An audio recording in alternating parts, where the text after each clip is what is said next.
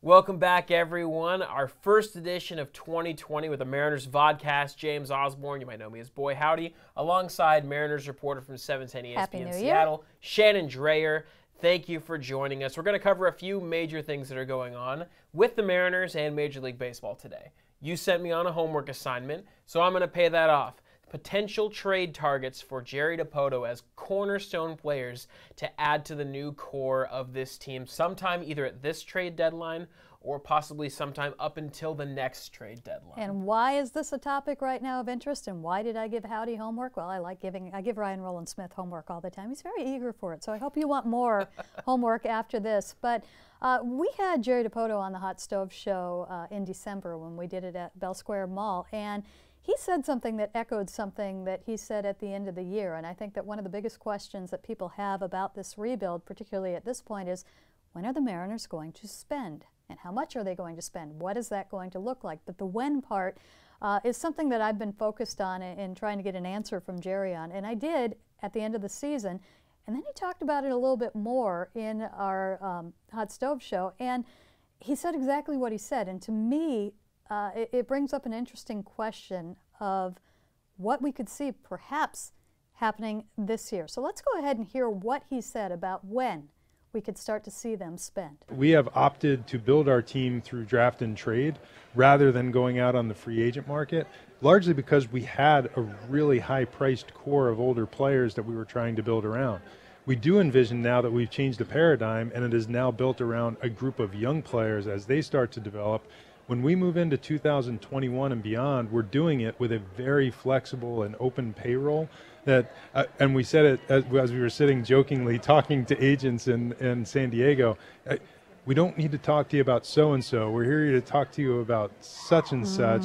So-and-so will be next year for us. I promise we'll be sitting in this room talking about those types of players. And we do believe that that starts for us perhaps as early as the second half of this year with the trade deadline in forward-thinking ways, but maybe more so off-season 2020 headed into 21. You said that a couple of times. You got your eye on somebody at the deadline. You have to take advantage of opportunity if it comes. He's got his eye on someone at the deadline. I like that theory, and you know I like a good conspiracy theory. So I took to your task. I did the homework assignment, identify some players that this year or next year that Jerry Dipoto could potentially trade for that would be legitimate big-name players. And this gets enabled if some of your prospects start to hit, because you're not going to be able to get these players on this list without giving up some of your top prospects. And the only way you give up your top prospects is if you actually have some of them that realize their potential in the big leagues quickly. So that caveat in mind, I went together and put a list together of some potential names and first some criteria of how I think the Mariners would identify who is that player, who is that marquee guy that they would go after. So my 5 key traits that they would maybe identify in my mind as that marquee player. Number 1, age, the longest amount of time that they are going to have in their prime when they're a Mariner. I think that is the most important thing for the Mariners to identify in a trade target, to be that high-priced trade and then extend candidates. So they got to have their years in their prime with the Mariners. And this player, unlike we've seen Jerry Dipoto go after players who will hit their prime as his core hits their prime, this player that they would be targeting next year would already be in that prime, I would assume. You're not waiting for this player. That's a great point. Yeah, great clarification. You don't have to wonder whether this guy's going to become something more than he is. You're trading for him to be what he is and be that way for the next 5 to 6 years. So great clarification. Number 2, dependable, proven performance in their career. Now, a lot of teams will try and identify that major target at the trade deadline as a guy who has shown a flash, or he has a prospect history and has had a good season. That guy's available because you don't know if he has a dependable performance track record. These guys on my list here that I've created, they have a dependable track record, and they're young too. So that's the kind of player I would think that they want to identify.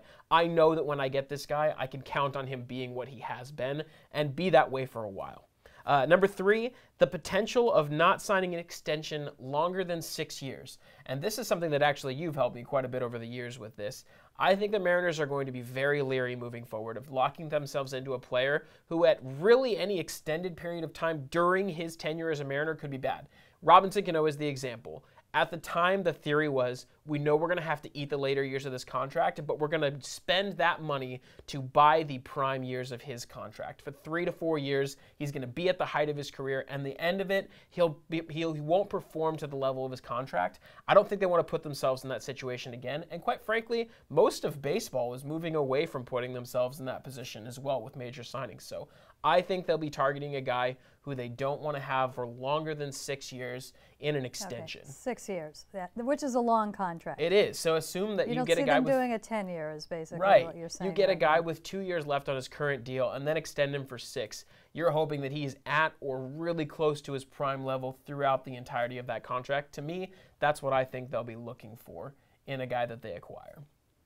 Okay, I think they'll have more flexibility on that than they've shown in the past with one guy. But I don't think they would go to the absolute extreme, like a 10-year. I don't know, though. I mean, maybe a 35-year-old making $40 million? If it was time right now, would they have, I don't think they would have done Yankees Garrett Cole, but if the Yankees hadn't been in it and gotten Yankee Ridiculous, would they have done that? I mean, if it Cole was time at the end of that now, contract's going to be, what, 35, 36? Oh, he's going to be 40. They'll be 40. I don't know that they would do that deal, honestly. Okay. It's close. Well, but we don't know, but yeah. I mean, I think, I wonder. I wonder if with one guy they will. We don't know how he's going to spend. We haven't seen him spend. That's absolutely right. Yeah, we don't know. So that's one of the things that I would think. And then another one, this might seem like a limiter. To me, this is a positive. I would guess that the guy that they're going to target and trade, my fourth qualifier, is a guy that will not set a record for his positional contract. That when he signs that deal, it will not be the biggest deal in Major League history at his position. That's one of the things that I think they'll be looking for because that mitigates some risk, and I think that's something that will come into play. So a guy like Mookie Betts, who is actually going to be on my list, I'm not sure if that's going to be the kind of guy that they end up getting. He's a little further down my list because that qualifier, he may end up signing one of the biggest deals in Major League history, and I'm not sure that the Mariners want to tie up 30-40% of their payroll into one guy. So that's another interesting thing that I think might be worth watching. Again, we don't know how they'll spend. If they're going to do it, now would be the time to do it. They've got the dollars available. And finally, and most importantly, the team will probably say they put this higher. But to me, I think that this is an important thing on the list, the leadership potential and the culture fit. I think that they will be looking to identify a guy that they're going to say, while he's here, he's going to be the type of guy we want to be. He'll be the role model that we want him to be. We're not going to take a sacrifice on having his talent, but he doesn't necessarily fit the style of playing for our team, the style of leading and setting an example that we would like to have. I don't have enough inside information as to whether that's been an issue in the past with stars that Mariners have brought in, but I would say that that is something they're going to look forward and say, we've made so much emphasis in our developmental process to make a culture and to make a climate where we understand that all these players are on the same page. And I think that they're going to do the exact same thing with the star player that they acquire. I would say that that player has to fit in. I don't know that he has to lead. I think that they believe they are raising their own leaders right now. Now, what's going to be important is going to be the experience portion of this player. Has he had playoff experience? Has he been to a World Series? What part of that has he played? Because that they do not have right now. Interesting. So that's my list of 5 things. You can go back and watch it again if you want. Let's start through my list. I've put them in order, so I will go from top to bottom in terms of wish list. Number 1 on the list, and I made this list a couple of weeks ago, things have evolved and changed already, but if he's still available by the trade deadline this upcoming season, Francisco Lindor is the number 1 person who fits all of these criteria to the max. Now, he may end up being the record-setting contract guy, so that may be a little bit of knock on my list, but all the same, as far as what they're identifying, he's 26 years old. He becomes a free agent in 2021, so a 6-year deal beyond that essentially makes him with your team for 8 years. He will be a free agent at the age of 32, which is about when these guys like to be free agents anyways. I think, to me, he is the ideal type of candidate. It would allow J.P. Crawford to move to second base. You've now got a cornerstone piece offensively and defensively who has never really had any knocks on his off-the-field persona either. I think that is prime A target number 1. Now, he's incredibly expensive in terms of prospects because everybody wants that guy. But if he is available, I could see the Mariners saying, we have everything we need. That's the guy we can build around for the next 8 years. Yeah, and you don't break the bank yet because you're not making the bank, but you would have to know that you're going to have him. You're not doing this just for a couple of years. No, you're doing this as a trade, and really everyone on this list that I'm going to present here is a trade and extend guy. You mentioned that we just don't see very often, and that's a lot harder than what people realize. But, you know, I'm saying shoot for the moon here. What do you think? Yes, because that's absolutely. what they do. They put everything up on the board, and it may or may not be possible. But, yeah, you know what? I think they'd break the bank for him. Corey Seager is number 2 on this list. More familiar to Mariners fans than most. Finally. No. Yes, right? I think Kyle's going to end up with him and the Dodgers rather than absolutely I think that's more possible. likely than no. I know nothing there. That's not saying that, but I always think it's funny that people always overlooked. Well, Kyle could always go play with him in L.A. than Corey coming to Seattle. But okay, Corey at 25 years old, heading into this season, he'll be a free agent in 2021. That 6-year extension again has him until his age 31 season, so it makes sense for the player. He is not performed to the same level he had right off the beginning of his career. And we don't. He is a little bit more of a question mark. So he's not my number 1 guy, but when he's healthy, he's shown the ability to be one of the best stars in the game. His 2nd year in the league, people considered him to possibly be the shortstop that sets the generational standard at that position. The only thing that's changed that really has been his availability and a slight drop in play. I think that is the kind of guy that they could be looking for. I don't know if he's a shortstop forever or if by the end of this deal he ends up being a second base, third base. Regardless, everything that you've heard about that guy would consider him to be a leader type, a guy who is a working hard type of player who gets a lot of compliments for his work ethic. He physically is a great athlete, performs well on the field, at the plate. I think that he might be a prime candidate. And while the Dodgers obviously are going to want to keep their young stars, and they have the financial ability to do so, could they look at themselves and say, would we rather spend $30 million on Seager, or should we sort of diversify that now we've got some other young stars coming up? So he is number 2 on my list of trade candidates. Okay. Number 3, Carlos Correa. The Mariners have a long history of being interested in Carlos Correa all the way back to Jack Zarenzik. He'll be 25 heading into this season, a free agent in 2021. Again, that 6-year-ish extension would put him at the age 31 season, making sense for the player. A talented offensive player, a talented defensive player coming from a winning program, a cheating program. I think that it would be an interesting thing for them to look at to say, could we sort of take some of that magic and turn it our way? Okay, that's a hard no. They're not going to trade, but they're not going to send any of their prospects to Houston. I don't know that they like him as much as they used to. And I don't have any background knowledge. Just looking at the sheer numbers and on paper, he makes sense to me. Could this be a 3-way type of swap where you're sending your prospects somewhere else so you don't have to feel bad about sending your guys to Houston? I could see that too. Just from a sheer paper perspective, he fits pretty well on my list. This is where it gets a little bit different here from this point on. The 4th guy on my list is Noah Syndergaard. Now, a lot of teams are going to be nervous as a rebuilding team of putting all of their hopes and big money on a starting pitcher. Noah Syndergaard is legitimately an ace. He has been an ace for pretty much his entire career. He'll be 27 heading into this season. His free agent contract starts in 2021, so that 6-year extension gets him to the age 33. Pitcher's age to me and the ace capacity is not as important as position player, given how the athleticism usually plays out at those two positions. I think pitchers have a better tendency to maintain their performance later on in their years than hitters do. I think that Noah Syndergaard could absolutely be the kind of guy you're dealing with an organization in the Mets that seemingly changes on a dime in terms of what they think they should do. He could become available, and the Mariners could position themselves to really purchase a frontline ace, the one thing that I'm not sure they have in their system, and the one thing I think they're going to have to spend in some capacity to get. No, I agree. I absolutely think they're going to need an ace. Yeah, and it's going to be tough to get. They're the hardest commodity to get in baseball. I could see them getting it via trade and extend. Okay. Next on my list is Mookie Betts. The guy who's gotten the most amount of publicity in terms of the trade market this offseason just because he's a Red Sox, and the Red Sox are in a desperate situation. Could the Mariners find themselves in a situation where they're going to trade for this guy? They're absorbing present-day contract value if the things don't go well for the Red Sox in this upcoming season. If Betts takes the small steps back in his play and his $30 million arbitration contract or whatever it's going to be this year.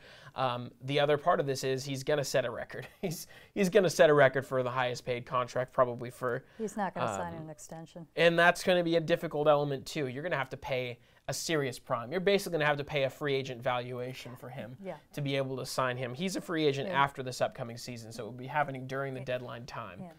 It's a more of a wild card. Again, like I said, he's lower down on my list for a lot of reasons, but he is going to be, he's what, 27 in this season. He'll be getting a major extension, so you'll be thinking 8 to 10, 11 years with his extension. It'd be very serious, but there's no question that on the offensive side of the ball, he's one of the best players in Major League Baseball, and he's young, in his prime, and would be for quite a while.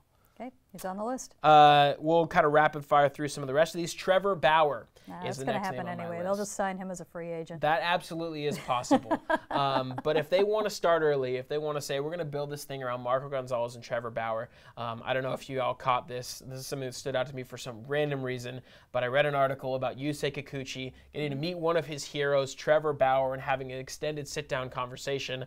Ironically, the next week he got tabbed for potentially using a substance on his fingers right after having a meeting with that guy. Won't say anything more than that, but I think this is an interesting one. You might have him more for just the determination, the competitiveness, the fiery attitude. I think that Trevor Bauer has lived his whole life with an incredible chip on his shoulder.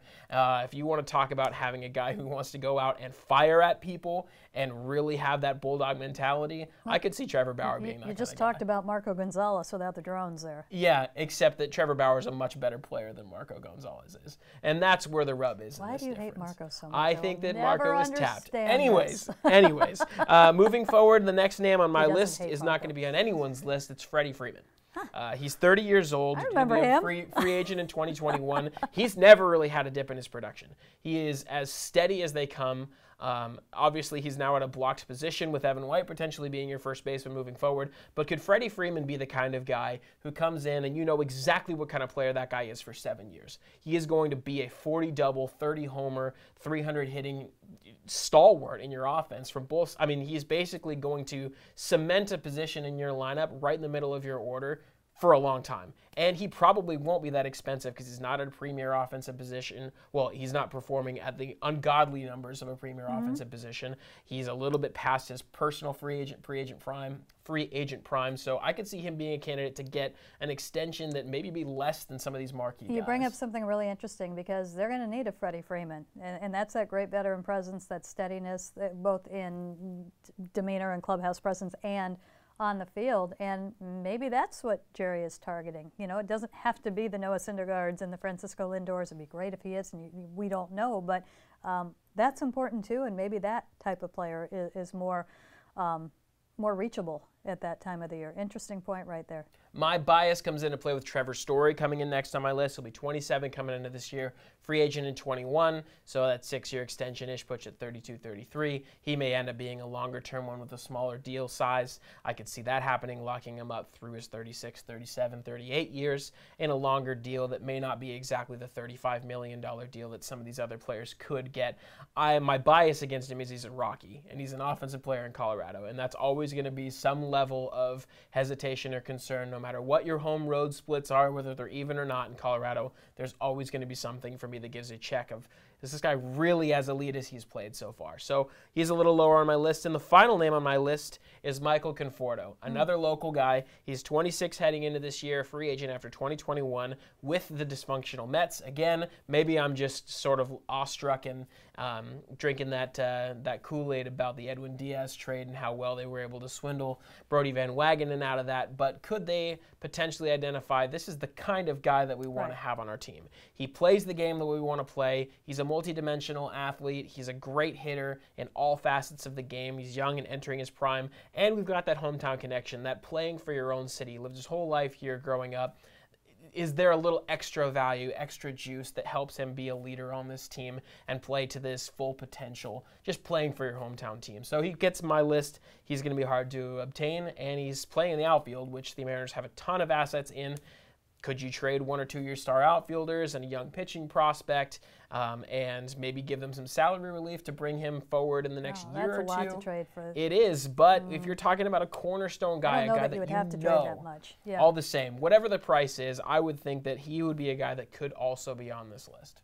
And that's pretty much my exhaustive look. All right, and you did not have this name on your list, which I was shocked. Arenado. Mostly because I kind of anticipate him being traded before this season starts. I think he will go somewhere else, and I think they'll find a package for him.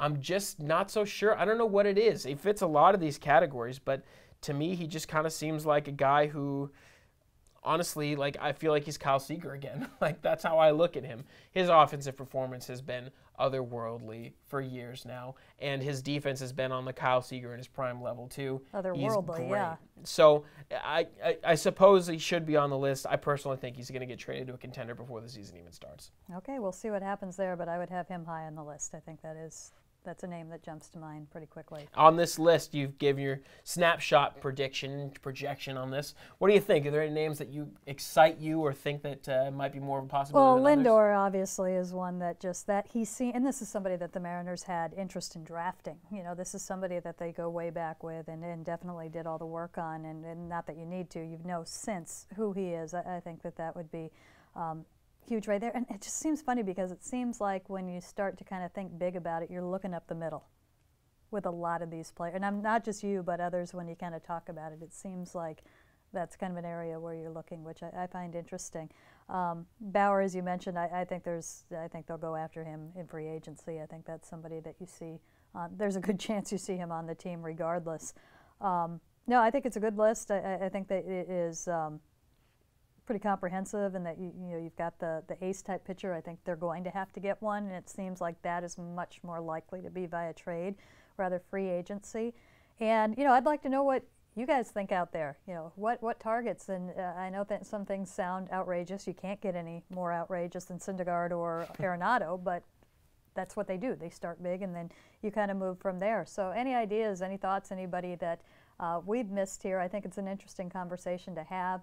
I just kind of reemphasize that I have tried to get out of Jerry on 2 separate occasions when they are going to spend. And it does sound like, both times, once at the end of the season, once on the show in December, could be as early as the trade deadline, the upcoming trade deadline. So to me, that's intriguing. So, get creative, take a look at it. Would love to hear what you guys think about possible targets. You know that the budget is basically clear after this year. What do they go after? What can they go after? What do you think would interest them? What do you think would help this group the most? So it's a fun game to play. It really is. It's one of my favorite things. Roster building in baseball is so fun to me. I love that. But another element to this conversation, why we're having it now, is looking forward at the Mariners. Do they have enough top-level talent in their system or projecting forward when they're a playoff team to say that they have as good a chance as anybody to win a World Series when this rebuild is done? And an interesting development happening over the weekend. Well, I guess a couple weeks ago now. Howdy did all the work this time. I did a lot of work. The White Sox go ahead and extend Luis Robert. I haven't yet actually heard somebody say his name, so I've only read it, so I apologize. But Luis Robert gets an extension. He's never played a game, just like Evan White for the Mariners, never played a game for the White Sox, considered their top prospect, or at least one of their 3 top prospects. They've got a ton of top prospects. And Jeff Passan put out this tweet that the Red Sox controlled these players through the following years, and goes through a list of guys that are either currently on the team or just about to reach the major league level. And they're all top guys. I mean, like top 50 type prospects in baseball at some point or other, and still in their prime or entering their prime. So I retweeted out a couple weeks ago this list and said, if you were to make this for the Mariners, how would you feel it stacks up? Because the White Sox did this whole rebuild thing. This is like year 3 or 4 for them. They're finishing it. They are determining this is the beginning of the end of the rebuild. They are starting to spend. They're adding major league talent. They're ready to go. And I think they're a year late. I think we expected to see more out of them last year. Yeah. So they're now here. They're on the other side of what the Mariners are trying to do. So when I look forward, and they're doing it in a much friendlier division too, might I add. Yes, the White Sox are. Absolutely. Okay, sorry, go on. Yes. So for the Mariners, when you line up your prospects versus what they currently have or the prospects they had moving forward, how well does it line up? So I went ahead and compared it. Let's go. For the White Sox, they've got Luis Robert, consensus like top 10 prospect in baseball, amazing talent. Let's line that up with Jared Kelenic. You'd say, all right, well, Jared Kelenic is a top 10 prospect in baseball, so you're kind of on pace. Eloy Jimenez, Julio Rodriguez. Eloy Jimenez has in the past been thought of higher than Julio Rodriguez is currently now. But is there a chance that they'll line up? Sure, you might feel good about that. Dylan Cease maybe lining up with Justin Dunn. Dylan Cease was also another top 30 prospect in baseball. Justin Dunn, not quite to that level. Tim Anderson was at one point, I think, a top 5 prospect in baseball. He didn't have that greatest season. Then he had a great season again, so now he's maybe back on that trajectory. J.P. Crawford, who I think had debuted in the top 20 once and has long since been out of the top 100. Now with the Major League team performing pretty well, do they have the same ceilings? To me, not so much. I think the White Sox probably have a more talented prospect there in Tim Anderson, no doubt. who is also further along. Right. Michael Kopeck at one time, I believe, was the #1 overall prospect in baseball, throwing 100 miles an hour. Lining that up with Justice Sheffield, do you feel like that's an even match? To me, I think the White Sox have a dramatically better ace talent in Michael Kopeck than the Mariners do with Justice Sheffield. But 2024 for him? Yeah, Michael Kopeck under contract until 2024. For Justice Got Sheffield, plenty of options to step into that. 2026. You don't just have to go Sheffield on that one. Yeah, absolutely. And we're going to go through a couple more of these. Okay. Lucas Giolito, another top prospect at one point, a top 15 prospect in baseball, I believe. Hasn't quite lived up to that billing, but I think had a great season last year, if I remember correctly. Line that up with Logan Gilbert. You might say that Logan Gilbert, if he has another amazing season, even makes it to the majors, could he be considered a top 10 kind of talent in baseball? Based on what he showed last year and the trajectory of his prospect rankings, maybe. But again, Lucas Giolito was considered to be one of the 2 best pitching prospects in baseball. I don't know if you have that same kind of projection for Logan Gilbert, so I'll probably still give the edge to the White Sox in that. Yoan Moncada, again, another top 10 prospect in baseball, under control through 23. Line that up with Mitch Haniger, based on the fact that Mitch Haniger is also a corner outfielder. I would say that they probably have a higher ceiling prospect there too, and one that's not quite as injury prone as Mitch Haniger, and Mitch Haniger probably isn't here long term. You know my feelings on that. Yasmani Grandal, this is a free agent signing, right, for the White Sox, lining up with Evan White. It's not a great comparison, but on the same level of Yasmani Grandal is a great player. Is he a franchise-defining player? No. Evan White, is he a great player? Potentially. Franchise-defining player? Likely not. That's not how people consider him. So, but again, Evan White, you've got him through 2029, and they've got Grandal through 23. Dallas Keuchel, Marco Gonzalez, same year of free agency. I would say that I would expect them to have relatively similar production moving forward, and that's not even considering the fact that Marco Gonzalez makes virtually nothing compared to Dallas Keuchel. So, and then you've got this sort of trio of White Sox prospects who have not yet reached the majors: Nick Madrigal, Vaughn, and Dunning, on through at least 2026 based on when they come up. Match that up with the Mariners prospects who are still on this list, who may have reached the majors, maybe not. George Kirby, Kyle Lewis, Cal Raleigh, Noel V. Marte. All those guys are under contract extension, or not under contract for several years. Throw so Brandon Williamson into there. Yeah, there's a potential of that for sure as he continues to develop. So when I look at this offhand, I was like, well, the White Sox are way further ahead than the Mariners. As I continue to look at it, the Mariners, they do have their prospects obviously longer because they're 2 years further back in their rebuild than the White Sox are, at least, maybe 3. But the White Sox, when they built this thing, they built this list. There's 6 guys on here who were at one point top 10 prospects in baseball. The Mariners have 2, maybe the potential of 3, and that's been one of my primary concerns with this rebuild. Do you have enough potential game-changing, set your roster stars on it in your system?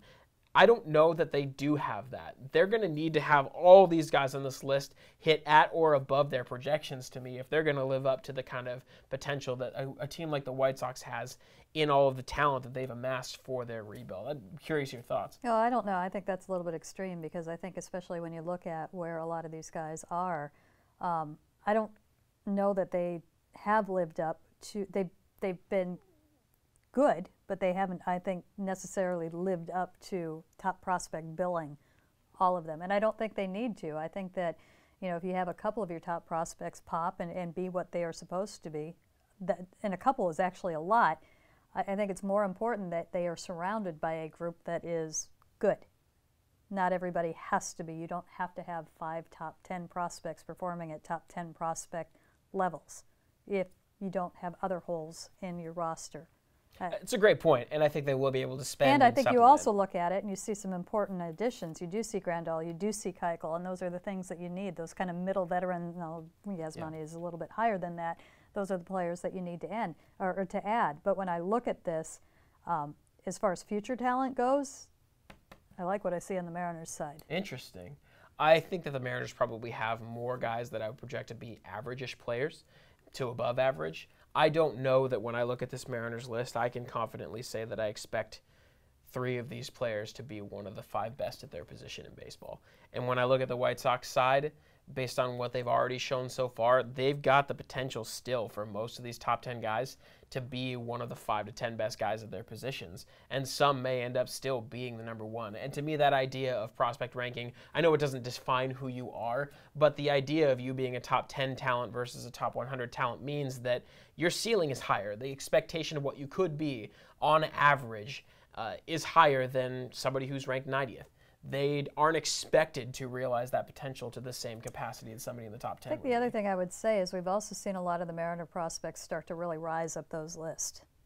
They're not where they entered that list, right? Which I think give it another year and see what you see on that end, because the Mariners are a few years actually behind where the White Sox are right now, but I think they're going to close that gap a lot quicker. Yeah, it'll be interesting to see. So something to watch. Again, most of you probably know my bend, but I'm looking for the Mariners to add real difference level, star level talent in their minor league system or in the early stages of their major league career, which is tough to find.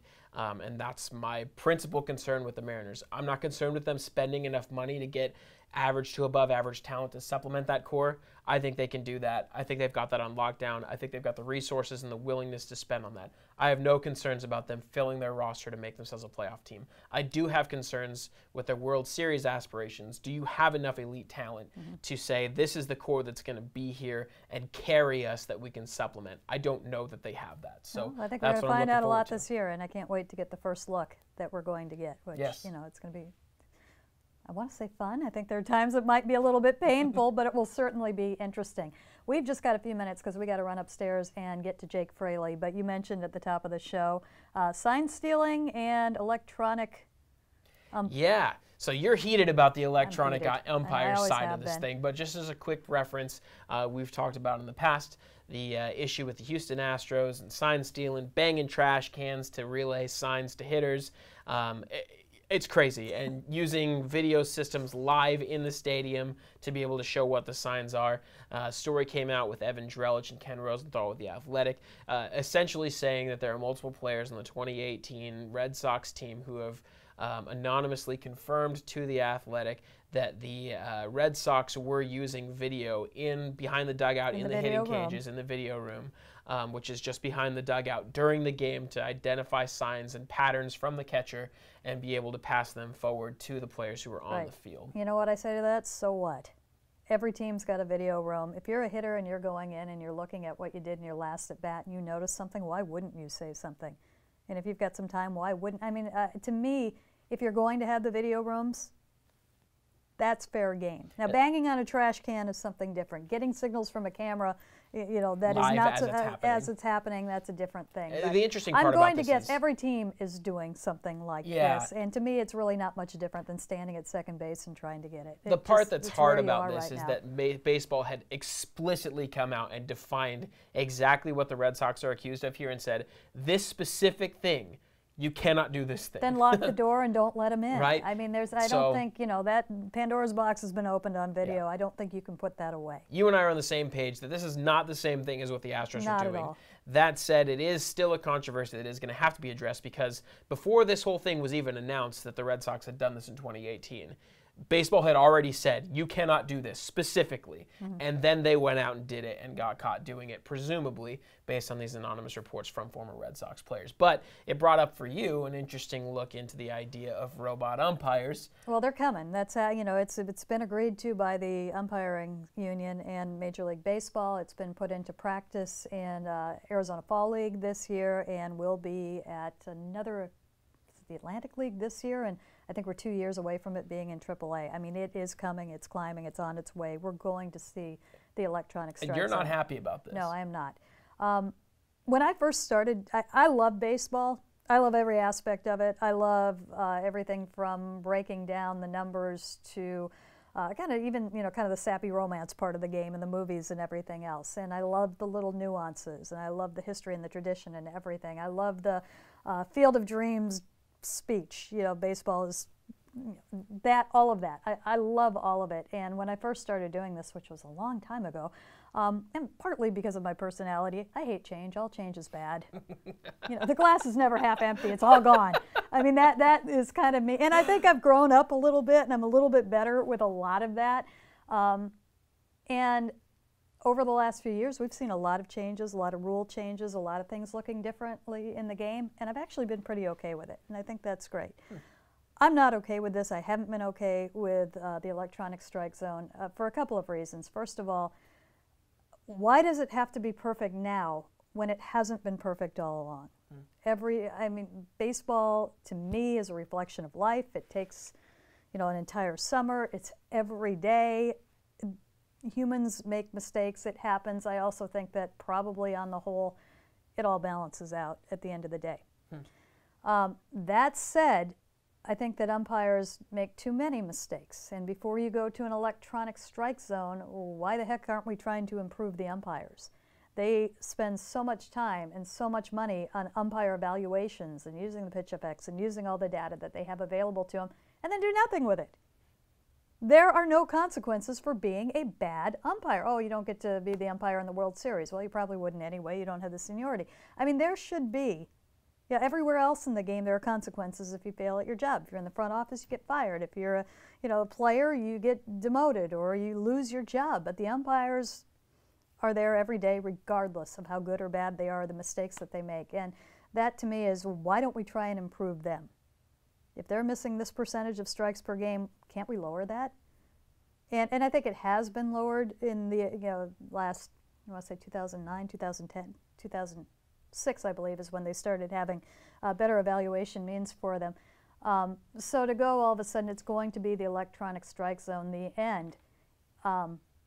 What hurts for me in that is I think it is going to really, and I like to use the word destroy on the kind of dramatic end of things. And I had a long talk with Dan Wilson about it last night, and he said maybe change would be better. But he doesn't really like it either. We talked to Brian DeLunas from the pitching side last night on the Hot Stove League show, and he doesn't like what it's taking away, but it's going to very much change the catcher position. And obviously framing is not going to matter as much. And let's be clear, framing isn't, hey, here's not a strike, I'm going to pull it in here. Framing for the most part is, here's a strike, I'm keeping it a strike, I'm not catching it down here or down here. The majority of framing is just doing the right thing and getting your pitcher the strike that he's owned. Now, if there was an article, there was a podcast, a Buster Olney podcast, he talked with A.J. Ellis, longtime catcher, who echoed a lot of the things that I've heard over the last year from catchers and some pitchers and some hitters about the issue. But for a catcher to not have to worry about presenting the strike, that's going to put him in a different stance. And to me, that's going to be a stance to be ready to throw to second base. And the running game is already starting to die. And I think that that is going to kind of accelerate that a little bit. And the podcast that Buster Olney had and A.J. Ellis had said that they're going to be looking to get different kinds of guys as catchers. It's going to become a more offensive position. And I kind of joked, oh, great, Daniel Vogelbach, catcher, is going to be the next thing we see, which we're not going to see. But, maybe your second catcher really isn't a catcher, more of a utility player who can hit. And just, I think you're going to lose a lot of the nuance of the game when you do that. They talked about losing the relationship that an umpire has with a catcher. I don't know how important that is in the big scheme of things, but it is, a part of the game that I appreciate, and that with everything that's changing, it's starting to look like a different game. That's something that I think will be lost, and I think that the less defensive catchers that you get and the more of an offensive player that you get, I think that you are just kind of turning more to offense. And I think that this game is so much more than just velocity and dingers. And it seems like everything that we're seeing is just being really kind of pushed in that direction. I like to see guys steal bases. I like to see strategy in games. I like to see pitchers and catchers working together.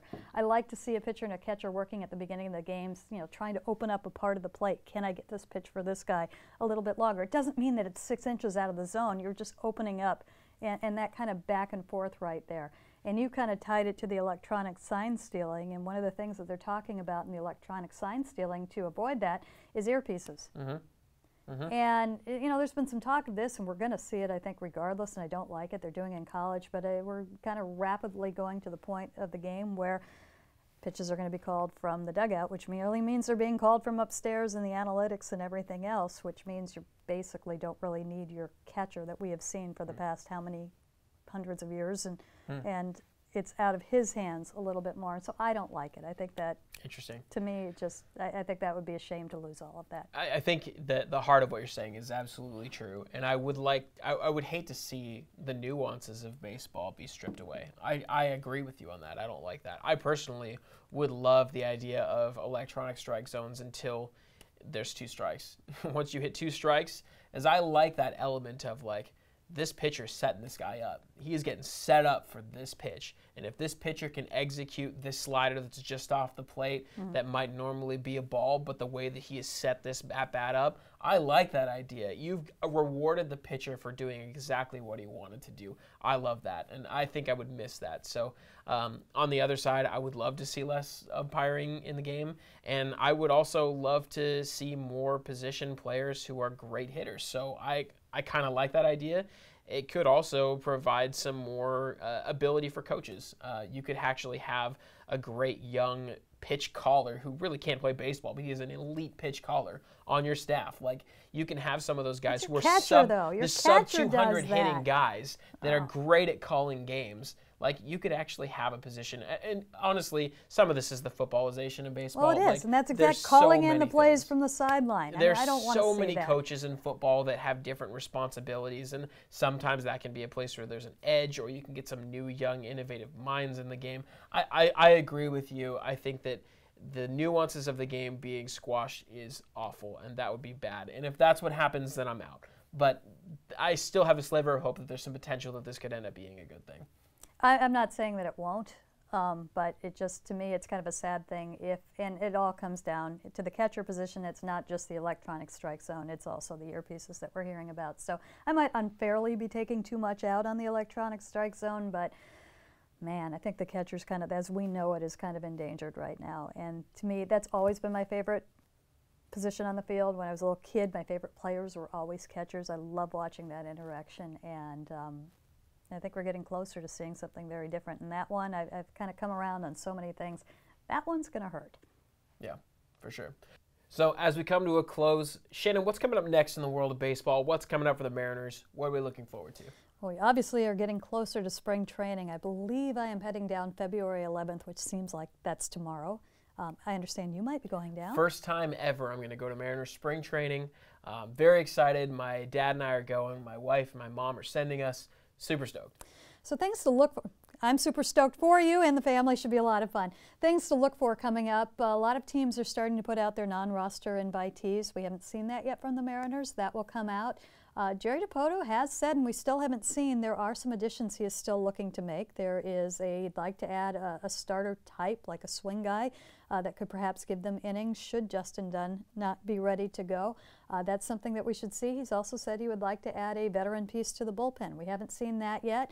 I think a third catcher type, somebody that you can stash at AAA, still haven't seen, and these very well could be spring training signs. We'll see what happens there. But there are those additions to be made, and we're only a couple weeks away. I believe it is not next week, but the week after. We'll start seeing, really, this is kind of, it almost seems like the amp up to spring training, kind of the big PR swing by the Mariners. You're already seeing them out on their Mariners Care tour throughout the state right now, but in a couple weeks you'll see the annual spring training press conference. And that's kind of a big one. That's where everybody from the organization speaks. I think they're going to bring in a number of the young players. They'll speak at that too.